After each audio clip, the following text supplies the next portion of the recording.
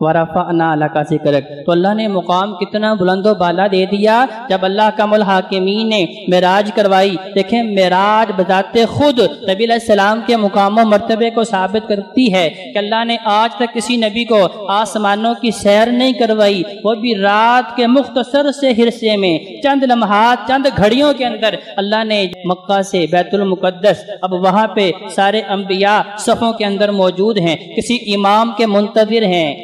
کہ ہمارا امام آئے گا، ہمیں امامت کروائے گا۔ نبی علیہ السلام آتے ہیں، جبریل امین بھی ساتھ ہیں۔ کہا جبریل یار یہ کس کا انتظار کر رہے ہیں؟ کہا یہ اپنے امام کا انتظار کر رہے ہیں۔ نبی علیہ السلام بھی سوچ رہے ہیں کہ یہاں تو جد الانبیاء جو ہیں ابراہیم السلام موجود ہیں، ساری انسانیت کے باپ آدم علیہ السلام بھی موجود ہیں، 950 سال تبلیغ کرنے والے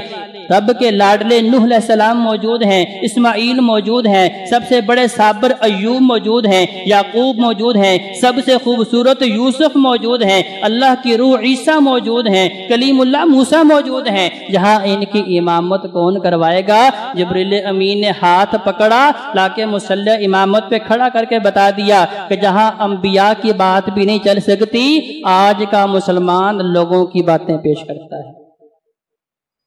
کتنا بلند مقام بھائیو کہ سارے اماموں کی نبوتیں پیچھے رہ گئیں، رسالتیں پیچھے رہ گئیں، لیکن افسوس کہ آج میرا کم علم مسلمان جو ہے اپنے فقہا کی بات پیش کرتا ہے، اپنے بڑوں کی بات پیش کرتا ہے، اپنے خطیب اپنے امام کی بات پیش کرتا ہے۔ اللہ کا الحاکمین نے اس مقام پہ بتا دیا ہے کہ میں نے اپنے لاڈلے پیغمبر کو وہ مقام دیا ہے جو مقام میں نے کسی نبی کو بھی نہیں دیا، کسی ولی کو نہیں مل سکتا، کسی بڑے سے بڑے امام کو نہیں مل سکتا، کسی بڑے سے بڑے محدث کو نہیں مل سکتا۔ جہاں نبی علیہ السلام کے مقام کی بات ہے وہاں کسی کا مقام نہیں ہے، اسی طرح جہاں میرے نبی کی بات ہے وہاں کسی کی بات کو بھی مقام مل سکتا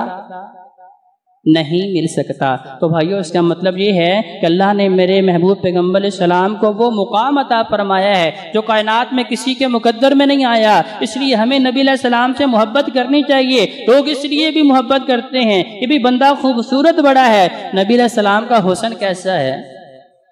نبی علیہ السلام کے خادم انس رضی اللہ تعالیٰ عنہ جنہوں نے 10 سال نبی علیہ السلام کی خدمت کی،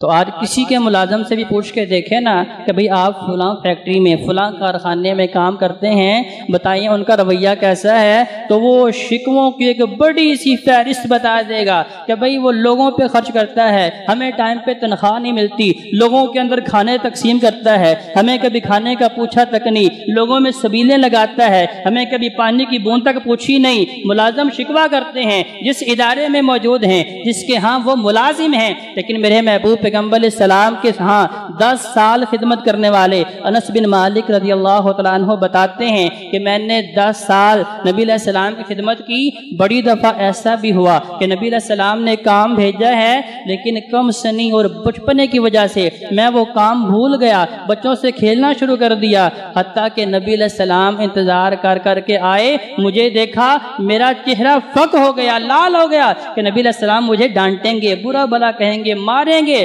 لیکن نبی علیہ السلام نے میرے سر پہ شفقت کا ہاتھ رکھا، کہا انس کوئی بات نہیں، تم کھیلو، میں اپنی حاجت خود پوری کر لیتا ہوں۔